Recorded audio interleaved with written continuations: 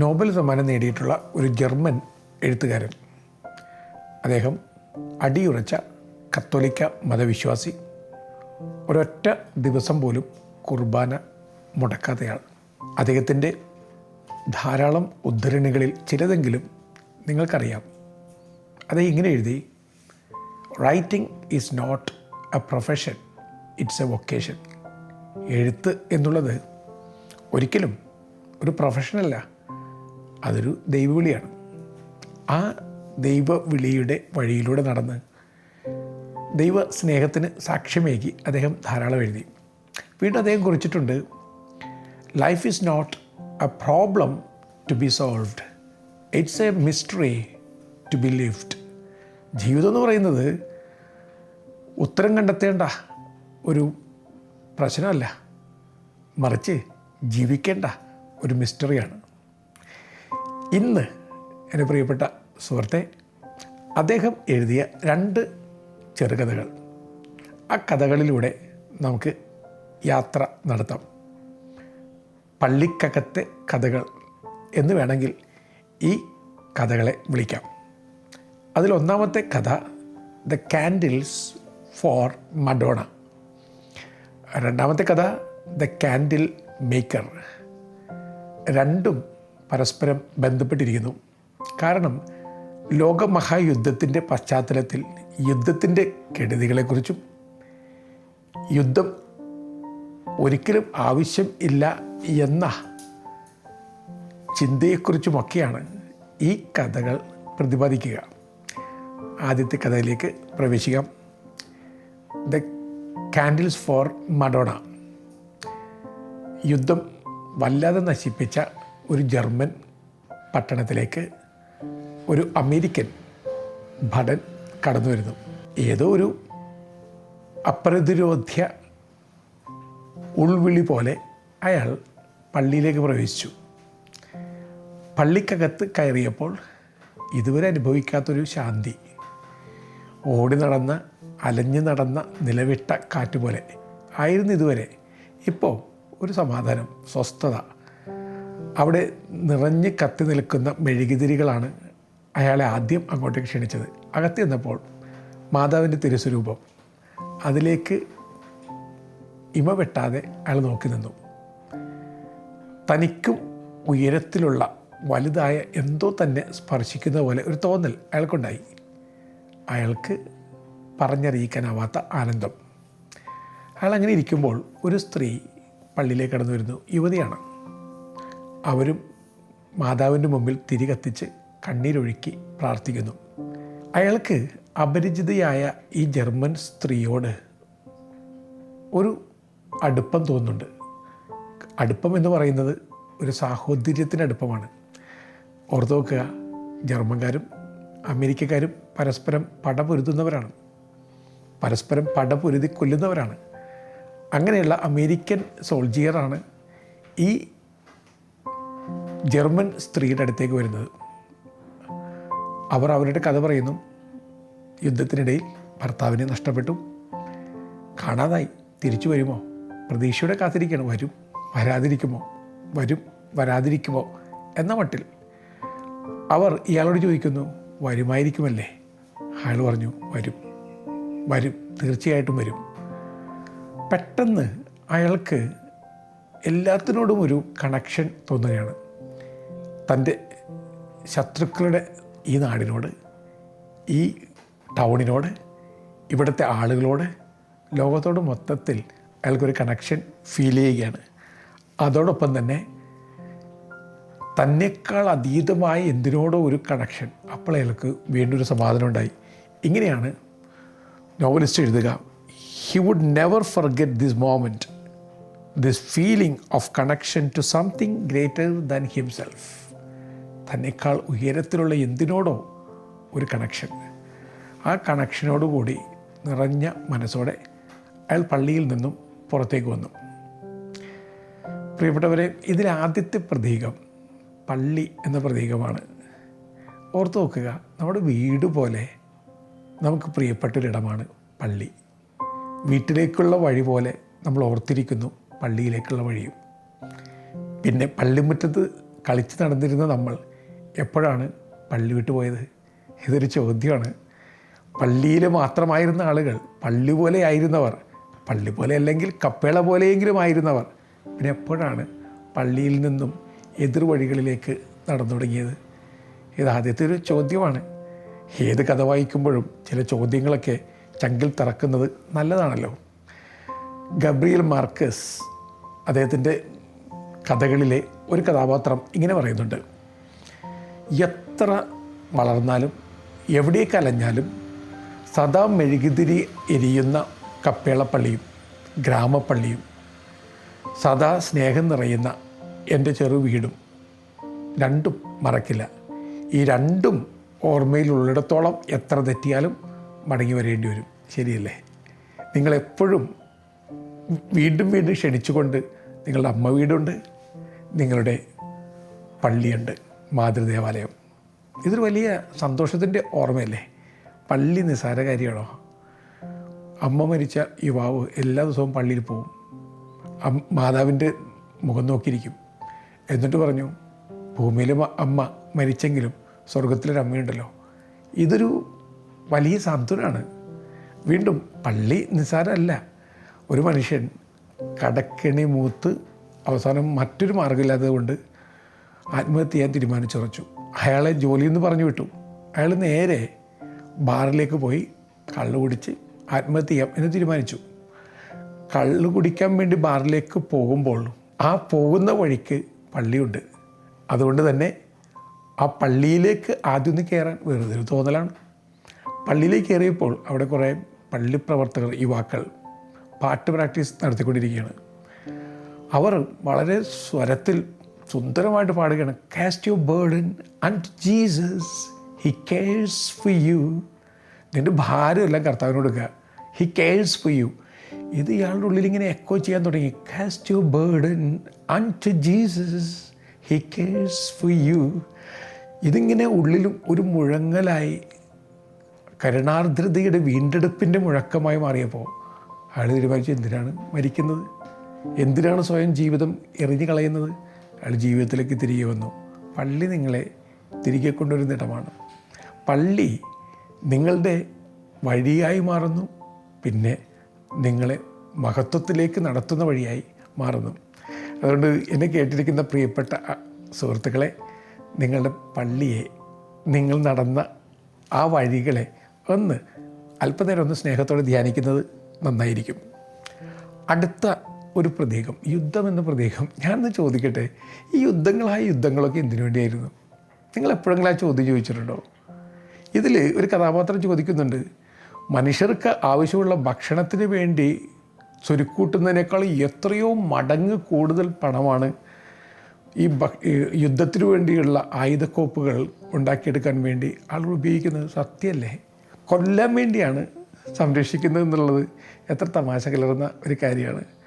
യുദ്ധങ്ങളൊക്കെ എന്തിനു വേണ്ടിയായിരുന്നു? ഇനി വലിയ യുദ്ധങ്ങൾ പുറത്ത്, ചെറിയ യുദ്ധങ്ങൾ അകത്ത്. അമ്മയുമായിട്ട് വല്ലാതെ പിണങ്ങി കഴിയുന്ന അപ്പനോട് മകൾ ചോദിക്കുന്നുണ്ട്, നിങ്ങളിപ്പോൾ എൻ്റെ അമ്മയെ ഡിവോഴ്സ് ചെയ്തു, നിങ്ങൾ ജയിച്ചു. പക്ഷേ നിങ്ങൾ ജയിച്ചത് അവർ തോൽപ്പിച്ചുകൊണ്ടാണ്. You won the battle. നീ യുദ്ധത്തിൽ ജയിച്ചു, but you lose the person. നിങ്ങൾക്ക് വ്യക്തിയെ നഷ്ടപ്പെട്ടു. ശരിയല്ലേ? നമ്മൾ യുദ്ധത്തിൽ ജയിക്കുന്നത് തല വെട്ടിയരിഞ്ഞിട്ടല്ലേ, കൊന്നിട്ടല്ലേ ജയിക്കുക. യുദ്ധങ്ങളൊക്കെ എന്തിനാണ്? ഇടയ്ക്കൊന്ന് ചിന്തിക്കുന്നത് നല്ലതാണ്. അത് വലിയ യുദ്ധത്തെക്കുറിച്ച് മാത്രമല്ല, ചെറിയ യുദ്ധങ്ങൾ പോലും നമ്മൾ പല പല കാരണങ്ങൾ പറഞ്ഞ് തമ്മിൽ തല്ലിൽ ഏർപ്പെടുമ്പോൾ, പരസ്പരം കലഹത്തിൽ പള്ളിമുറ്റങ്ങളെയും പള്ളിയും ആൾക്കാരെയൊക്കെ ഉപയോഗിക്കുമ്പോൾ ഓർത്ത് നോക്കുക, ആർക്ക് വേണ്ടിയാണ് യുദ്ധങ്ങൾ? ആരെയാണ് തോൽപ്പിക്കുക? ആരുടെ മേൽ ആരാണ് വിജയം നേടുക?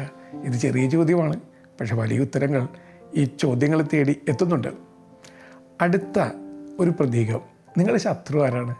ഇവിടെ ജർമ്മൻകാരൻ്റെ ശത്രു ചേരിയിലാണ് അമേരിക്കക്കാരൻ. പക്ഷെ അവർ രണ്ടുപേരും മിത്രങ്ങളായി മാറുകയാണ്. ഒരേ ദുഃഖം പങ്ക് വെക്കുകയാണ്.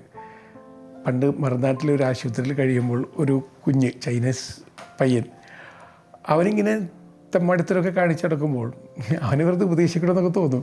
അപ്പോൾ ഞാനവനോട് പറഞ്ഞു, you should pray for every one, you should pray for your parents, you should pray for your enemies. അറിയാതെ വിടുവാക്ക് വന്നു പോയതാണ്. നിൻ്റെ ശത്രുക്കൾക്ക് വേണ്ടി പ്രാർത്ഥിക്കണമെന്ന്. കുഞ്ഞിനോട് അങ്ങനെ പറയേണ്ട വല്ല ആവശ്യമുണ്ടോ? കുഞ്ഞ് പെട്ടെന്ന് നിന്നു. എന്നിട്ട് പറഞ്ഞു, I just don't have enemy. എനിക്ക് എനിമിയില്ല. പറഞ്ഞു പോയ വീഡ്വാക്കല്ലേ. ഞാൻ പറഞ്ഞു, നീ ഇന്നലെ ഒരുത്തനെ തല്ലുന്നുണ്ടല്ലോ, ഇടിക്കുന്നുണ്ടല്ലോ, അവനെ നീ എനിമയായിട്ട് കണ്ടിട്ടല്ലേ ഇടിക്കുന്നത്. അപ്പോൾ അവൻ പറഞ്ഞു, I just don't have enemy. എനിക്ക് എനിമി ഇല്ല. എന്നിട്ട് അവൻ പറഞ്ഞു, my mum taught me there is a me in enemy. അമ്മ പഠിപ്പിച്ചെന്ന് എനിമിയിലൊരു മീ ഉണ്ട്. ശരിയല്ലേ? ഇതിനെ കേൾക്കുന്നത് നിങ്ങളൊന്ന് എനിമി എന്ന് പറഞ്ഞു നോക്കിയേ. എനിമിയിലൊരു മീ ഉണ്ട്. എനിമി എൻഡ് ചെയ്യുന്നത് മീയിലാണ്. അതിൻ്റെ അർത്ഥം എന്താണ്? നിങ്ങളിന്ന് ശത്രു എന്ന് കരുതുന്ന ആൾ തന്നെ നിങ്ങളുടെ എക്സ്റ്റൻഷൻ അല്ലേ? ആലോചിച്ച് നോക്ക്. ഇന്നലെ നിങ്ങൾ നെഞ്ചോട് ചേർത്ത ഒരാൾ ഇന്ന് നിങ്ങളുടെ എനിമിയാണ്. അപ്പോൾ എനിമിറ്റി ആർക്കാണ്? എവിടെയാണ്? ആലോചിച്ച് നോക്കുക. അപ്പോൾ ആരെയും എനിമി എന്ന് പറഞ്ഞുകൊണ്ട് മാറ്റി നിർത്തേണ്ട ആവശ്യമില്ല. അതൊരു പ്രധാനപ്പെട്ട കാര്യമാണ്. എല്ലാവരെയും ഉൾക്കൊള്ളാൻ വേണ്ടി ഹൃദയം വിശാലമാക്കുന്ന അവസ്ഥ, അതാണല്ലോ ഒരാൾ പള്ളിയായി മാറുന്ന അവസ്ഥ. ഈ നോബൽ പ്രൈസിനെ കുറിച്ചൊക്കെ നമ്മൾ ഒരുപാട് സംസാരിക്കുമ്പോൾ ഇതിൻ്റെ ഉപജ്ഞാതാവായ ആൽഫ്രഡ് നോബലിനെ മറക്കില്ല. 355 പേറ്റൻസൊക്കെ സ്വന്തമാക്കിയ ആളാണ്. പക്ഷെ അദ്ദേഹം അറിയപ്പെടുന്നത് എങ്ങനെയായിരുന്നു? Dynamite king, merchant of death, മരണത്തിൻ്റെ കച്ചവടക്കാരൻ. ഡൈനാമിറ്റ് കണ്ടെത്തിയത് അദ്ദേഹമാണല്ലോ. അപ്പോൾ അദ്ദേഹത്തെ ലോകം മുഴുവൻ അങ്ങനെയാണ് കണ്ടെത്തിയത്, അങ്ങനെ ചിത്രീകരിച്ചതും. ഒരിക്കൽ അദ്ദേഹത്തിൻ്റെ സഹോദരൻ മരിച്ചപ്പോൾ പത്രക്കാർക്ക് തെറ്റി. ഒരു ഫ്രഞ്ച് പത്രം വലിയ വാർത്ത കൊടുത്തു, മരണത്തിൻ്റെ കച്ചവടക്കാരൻ മരിച്ചു എന്ന് പറഞ്ഞുകൊണ്ട്. ഈ വാർത്ത ഇദ്ദേഹം വായിച്ചപ്പോൾ ഓർത്തു, ഞാനിങ്ങനെയാണ് അറിയപ്പെടാൻ പോകുന്നത്, മരണത്തിൻ്റെ കച്ചവടക്കാരൻ, ഡൈനാമിറ്റ് കിങ്, ഇങ്ങനെയൊക്കെ ഞാൻ അറിയപ്പെടാൻ പോകുന്നത്. സമാധാനത്തിൻ്റെ പേരിൽ ഞാൻ ഒരിക്കലും അറിയപ്പെടില്ലേ? അദ്ദേഹത്തിൻ്റെ സ്വത്ത് മുഴുവൻ ഒരു പുതിയ ഫൗണ്ടേഷന് വേണ്ടി എഴുതി വെച്ചു. അതാണ് നോബൽ പ്രൈസ് ഫൗണ്ടേഷൻ. അതിൽ നിന്നാണ് നോബൽ സമ്മാനങ്ങളൊക്കെ കൊടുക്കുന്നത്. അതുകൊണ്ട് എൻ്റെ പ്രിയപ്പെട്ടവരെ, ഈ ലോകം മുഴുവൻ എനിമിയാണ് എന്നൊക്കെ നമ്മൾ കരുതുന്നതാണ്. സത്യത്തിൽ അങ്ങനെയല്ല. അതും ഈ കഥയിലെ ഒരു പ്രതീകമാണ്. പിന്നെ അടുത്തൊരു പ്രതീകം ഈ കണക്റ്റഡ്നെസ്. എല്ലാവരുമായിട്ട് കണക്റ്റഡാണ്. ആ കണക്ഷൻ കൊണ്ടുവരുന്ന ആരാണ്? ഇതിൽ ഏറ്റവും പ്രധാനപ്പെട്ട സെൻറ്റൻസാണ്, he would never forget this moment, this feeling of connection to something greater than himself. അതായത് ഈ ചെറു ലോകത്തിൽ ചെറിയ കാര്യങ്ങളോട് മാത്രം കണക്റ്റഡ് ആയിക്കഴിഞ്ഞാൽ നമ്മൾ ചെറുതായി പോകത്തുള്ളൂ. വലിയൊരു കണക്ഷൻ വരണം. അത് ദൈവമായിട്ടുള്ള കണക്ഷനല്ലേ, നിത്യതയുമായിട്ടുള്ള കണക്ഷനല്ലേ. ആ കണക്ഷൻ വന്നു കഴിയുമ്പോൾ വസുദൈവ കുടുംബകം എന്ന അവസ്ഥ വരും. അതായത് ലോകം മുഴുവൻ ഒരു തറവാടാണ്, എല്ലാവരും എൻ്റെ സ്വന്തമാണ്. അങ്ങനെ ഒരു അവസ്ഥയിലേക്ക് വന്നു കഴിയുമ്പോൾ പിന്നെ നമ്മൾ സംസാരിക്കുന്ന ഭാഷ പോലും ഒരേ ഭാഷയായിട്ട് മാറും. ഈ പെന്തക്കോസ്തൽ അനുഭവം വന്നു കഴിഞ്ഞപ്പോൾ പല ഭാഷ സംസാരിക്കുന്നവർ ഒരു ഭാഷ സംസാരിക്കുന്നവരെ പോലെയായി മാറി. കാരണം they are connected to something greater than themselves. അവരെക്കാൾ ഉയരത്തിലുള്ള എന്തിനോ ആയിട്ട് അവർ കണക്ട് ചെയ്യപ്പെട്ടു. അങ്ങനെ ഒരു ഗ്രേറ്റർ കണക്ഷൻ നേടുവാൻ അതിന് നമ്മൾ ശ്രമിക്കേണ്ടതല്ലേ. അടുത്ത കഥ ഹെൻറിച്ച് ബോയിലിൻ്റെ തന്നെ ദ കാൻഡിൽ മേക്കർ. ഇതും ലോകമഹായുദ്ധ പശ്ചാത്തലത്തിൽ എഴുതപ്പെട്ടതാണ്. ഈ കഥ നമ്മളെ ഒന്ന് തൊടും. കാരണം പണ്ടത്തെ സോൾജിയറായിരുന്ന ഒരാളിപ്പോൾ കാൻഡിൽ മേക്കറാണ്. അയാൾ ഉപജീവന മാർഗമായിട്ട് കണ്ടെത്തിയിരിക്കുന്നത് മെഴുകുതിരി ഉണ്ടാക്കലാണ്. അദ്ദേഹം നല്ല കലാചാതുര്യമുള്ള ആളാണ്. അതുകൊണ്ട് സുന്ദരമായ മെഴുകുതിരികളൊക്കെ അയാൾ ഉണ്ടാക്കിയിരുന്നു. പക്ഷേ എപ്പോഴോ ഒരു തെറ്റായ ധാരണ എല്ലായിടത്തും പ്രചരിക്കപ്പെട്ടു. ഇയാൾ മെഴുകുതിരി ഉണ്ടാക്കുന്നത് മനുഷ്യൻ്റെ നെയ്യെടുത്തിട്ടാണ്. യുദ്ധത്തിൻ്റെ കാലഘട്ടമാണെന്ന് ഓർക്കണം. പരസ്പരം അങ്ങോട്ടും ഇങ്ങോട്ടും കൊന്നെടുക്കുന്ന കാലഘട്ടമാണ്. അപ്പോൾ ഇതൊരു പ്രതീകം പോലെയാണ്. അപ്പോൾ ഇയാൾ മനുഷ്യ നെയ്യ് ഉപയോഗിച്ച് കാൻഡിലുണ്ടാക്കുന്നു. അതോടുകൂടി നാട്ടിൽ നിൽക്കാൻ പറ്റതേ. അയാൾ പട്ടണത്തിലേക്ക് പോയി. പട്ടണത്തിലൊരു മൊത്ത വ്യാപാരി ഇയാളുടെ തിരികളെല്ലാം എടുക്കാം എന്ന് പറഞ്ഞിട്ടാണ് പോയത്. പക്ഷെ അവിടെ ചെന്ന് കഴിഞ്ഞപ്പോൾ അയാൾക്ക് മുമ്പേ ഈ പരദൂഷണ വാർത്ത ചെന്നിട്ടുണ്ട്. അതുകൊണ്ട് തന്നെ മൊത്ത കച്ചവടക്കാരൻ പറഞ്ഞു, ഇതെടുക്കാൻ പറ്റില്ല. എല്ലാവരാലും ഉപേക്ഷിക്കപ്പെട്ട ഒരാൾ, തിരസ്കരിക്കപ്പെട്ട മെഴുകുതിരികൾ നിറഞ്ഞ് നിൽക്കുന്ന കൂടകളിൽ അയാൾ എന്തു ചെയ്യും? അയാൾക്ക് തിരികെ വരാൻ പണം പോലുമില്ല. അയാളിങ്ങനെ ഇരുളിൻ്റെ മറവറ്റി ഇരുളുപോലെ നടക്കുകയാണ്. അങ്ങനെ നടന്നുകൊണ്ടിരിക്കുന്നതിനിടയിൽ അയാളൊരു പള്ളി കണ്ടു. പഴയൊരു പള്ളി പൊട്ടിപ്പൊളിഞ്ഞു തുടങ്ങിയിട്ടുണ്ട്. പക്ഷെ അകത്തെ വെട്ടം അയാളെ വല്ലാതെ ആകർഷിക്കുന്നുണ്ട്. അയാൾ അകത്ത് കയറി. അവിടെയുമുണ്ട് മാതാവിൻ്റെ തിരുസ്വരൂപം. ആ തിരുസ്വരൂപത്തിന് മുമ്പിൽ ഈ കൂടകളിലെ സകല മെഴുകുതിരികളും അയാൾ കത്തിച്ചു വെച്ചു. എല്ലാവരും ഉപേക്ഷിച്ച് കളഞ്ഞ മെഴുകുതിരികൾ, മനുഷ്യരെല്ലാവരും തള്ളിക്കളഞ്ഞത്, അയാളുടെ ജീവിതം പോലെ കെട്ടുപോകാൻ തുടങ്ങിയത്, അതിവിടെ അയാൾ കത്തിച്ചു വെക്കുകയാണ്. എല്ലാം കത്തിച്ചു കഴിഞ്ഞപ്പോൾ അയാൾക്കൊരു സന്തോഷം തോന്നി. അന്ന് ആദ്യമായി ആര് തന്നെ സ്വീകരിക്കുന്നു. ഉപേക്ഷിക്കപ്പെട്ടത് വിലയുറ്റതായി മാറുന്നു. പണിക്കാർ ഉപേക്ഷിച്ച് കളഞ്ഞ കല്ല് ഭവനത്തിൻ്റെ മൂലക്കല്ലായി മാറുന്നു എന്നയാൾ ഓർത്തു. അയാൾ നിറഞ്ഞ മനസ്സോടെ, നിറഞ്ഞ ഹൃദയത്തോടുകൂടി ജീവിതത്തിലേക്ക് യാത്ര ആരംഭിക്കുകയാണ്. എൻ്റെ പ്രിയപ്പെട്ടവരെ, ഈ കഥ നമ്മുടെ ജീവിതവുമായിട്ട് നല്ല സാമ്യമുള്ള കഥയാണ്. ഇതിൽ മെഴുകുതിരി നമ്മുടെയൊക്കെ പ്രതീകം തന്നെയാണ്. എന്തൊക്കെ അലങ്കാരപ്പണികളുണ്ടെങ്കിലും, എത്രമാത്രം അതിൽ വെട്ടത്തിൻ്റെ സാധ്യതകളുണ്ടെങ്കിലും ആളുകൾ ചിലപ്പോൾ വൈരൂപ്യ കാഴ്ചകൾ മാത്രമേ കാണുകയുള്ളൂ. എപ്പോഴും നിങ്ങളുടെ ജീവിതമായി ഉൾച്ചേരുന്ന ഒരുപാട് കഥകളും കാണും. നിങ്ങളെ ആളുകൾ തള്ളിക്കളഞ്ഞു വരും. തള്ളിക്കളയപ്പെട്ട ഒരാളെ തേടി കരുണാർദ്രത വരുന്നുണ്ട്. തോമസ് മേർട്ടൺ ദൈവത്തെ വിളിക്കുന്നത് ഇങ്ങനെയാണ്: God is mercy within mercy within mercy. കരുണയ്ക്കുള്ളിലെ കരുണയാണ് ദൈവം. കരുണയ്ക്കുള്ളിലെ കരുണയായ ദൈവം നമ്മെ തേടി എത്തുന്നുണ്ട്. ആ ദൈവം നമ്മെ സ്വീകരിക്കുന്നുണ്ട്. ഈ പള്ളിക്കകത്ത് ധാരാളം പ്രതീകങ്ങളുണ്ട്. ഒരാളവിടെ നിൽക്കുന്നുണ്ട്. ഈ തൊട്ടടുത്ത് വന്ന് നിൽക്കുന്ന മെഴുകുതിരിക്കാരനെ കാണാതെ പ്രാർത്ഥിച്ചുകൊണ്ടിരിക്കുന്ന ഒരാൾ. പ്രാർത്ഥിക്കുമ്പോൾ മറ്റൊരാൾ കാണണമെന്നില്ല. പക്ഷേ ഈ കഥാകൃത്ത് പറയുന്നത് ഈ മനുഷ്യൻ കപടഭക്തിയുടെ പ്രതീകമാണ്. അനേക ദിവസങ്ങളായിട്ട് വെള്ളം നിറച്ചു വെച്ചിരിക്കുന്ന ഒരു കുപ്പി പോലെയാണ് അയാൾ. കഥാകൃത്ത് എഴുതുകയാണ്. ആ കുപ്പിയിൽ നിറച്ച് വെള്ളമുണ്ട്. പുറമേ നോക്കുമ്പോൾ സ്വച്ഛം, സുന്ദരം, നല്ല വെള്ളം. പക്ഷെ നിങ്ങളൊന്ന് വിരലിട്ട് നോക്കുക, ഒന്ന് കുലുക്കി നോക്കുക, അപ്പോൾ താഴെ കിടക്കുന്ന അഴുക്ക് പടലം മുകളിലേക്ക് വരും. ചില മനുഷ്യർ അങ്ങനെയാണ്. ഇത് കേൾക്കുമ്പോൾ ഇത് എനിക്ക് ചേരുന്നൊരു പ്രതീകമല്ലേ എന്ന് ഓരോരുത്തരും സ്വയം ഒന്ന് ചിന്തിക്കണം. പുറമേ നോക്കുമ്പോൾ ഭക്തി, സൗന്ദര്യം എല്ലാം ഉണ്ട്. പക്ഷെ അകത്ത് അഴുക്ക് കെട്ടിക്കൂടി കിടക്കുകയാണ്. കുഞ്ഞുണ്ണി മാഷ് കവിത കുറിച്ചതുപോലെ പുറത്ത് ഭക്തി, അകത്ത് കത്തി. ഇതാണ് നമ്മുടെ അവസ്ഥ ചില നേരങ്ങളിലെങ്കിലും. പുറത്തിങ്ങനെ ഭക്തിയാണ്, എന്തൊരു ഭക്തിഭാവങ്ങളാണ്, എന്തൊരു വിശുദ്ധിയാണ്. പക്ഷെ അകത്ത് വെള്ളയടിച്ച കുഴിമാടങ്ങളിലെ സകല ജീർണതകളുമുണ്ട്. എപ്പോഴാണ് ഈ ജീർണത പുറത്തേക്ക് വരിക? ഇത് ഒരു ചോദ്യമാണ്.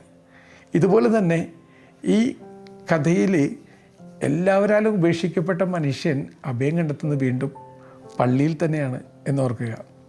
എന്നെ കേൾക്കുന്ന പ്രിയപ്പെട്ട ചങ്ങാതി, എല്ലാം തീർന്നു എന്ന് കരുതുന്നിടത്ത് തുടങ്ങുന്നതേ ഉള്ളൂ എന്ന് വീണ്ടും ഒന്ന് നിങ്ങൾ ഓർമ്മപ്പെടുത്തുക. ഒരാൾ കടൽ തീരത്ത് വന്നിരിക്കുകയാണ്, മരിക്കണം. അവിടുത്തെ ആരവങ്ങൾ ഒഴിയുമ്പോൾ, ആൾക്കൂട്ടം ഒഴിയുമ്പോൾ കടലിൽ ചാടി ചാകണം. അതിനുവേണ്ടി ഊഴം കാത്തിരിക്കുകയാണ്.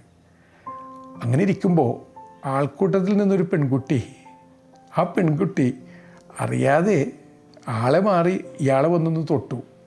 എന്നിട്ട് ആകാശത്തോട്ട് ചൂണ്ടിയിട്ട് പറഞ്ഞു, hey look up there, there is a rainbow. മുകളിലേക്ക് നോക്ക്, അവിടെ മഴവില്ലുണ്ട്. അത് ഇത്ര നേരം മഴയായിരുന്നു, കരിമേഘമായിരുന്നു. ഇപ്പോൾ പെട്ടെന്നൊരു മഴവില്ല് തെളിഞ്ഞു. കുഞ്ഞ് അതിൻ്റെ ആശ്ചര്യത്തിൽ, സന്തോഷത്തിൽ തൊട്ടടുത്തൊരാളെ ഒന്ന് തൊട്ടുണർത്തിയതാണ്. അയാൾ കണ്ണുയർത്തി നോക്കി. ശരിയാണ്, കരിമേഘത്തിനിടയിൽ, ഘനീഭവിച്ച കരിമേഘത്തിനിടയിൽ ഒരു മഴവില്ല് അയാൾക്കായി തെളിയുന്നുണ്ട്. ഇനി ആ മഴവില്ല് നോക്കി അയാൾ ജീവിക്കും. പ്രിയപ്പെട്ടവരെ, നമുക്ക് ഗർഭഗേഹം പോലെ കൈകൾ വിരിച്ചിരിക്കുന്ന പള്ളികളുണ്ട്. അവിടെ നമ്മെ കാത്തിരിക്കുന്ന കരുണയുള്ള കർത്താവുണ്ട്. ജീവിതം തീരുന്നില്ല, ജീവിതം തുടങ്ങാവുന്നതേ ഉള്ളൂ. എല്ലാം തുടങ്ങാവുന്നതേ ഉള്ളൂ. നിങ്ങളുടെ ജീവിതത്തിൽ നിങ്ങളുടെ ഏറ്റവും ബെസ്റ്റ് വരാനിരിക്കുന്നതുണ്ടായിരിക്കൂ. അതൊന്ന് മനസ്സിലാക്കിയെടുക്കുക.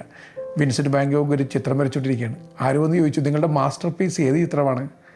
ഒന്ന് നിർത്തിയിട്ട് അദ്ദേഹം പറഞ്ഞു, ദാ ഇപ്പോൾ വരക്കുന്നത്, അതാണ് എൻ്റെ മാസ്റ്റർ പീസ്. ശരിയല്ലേ?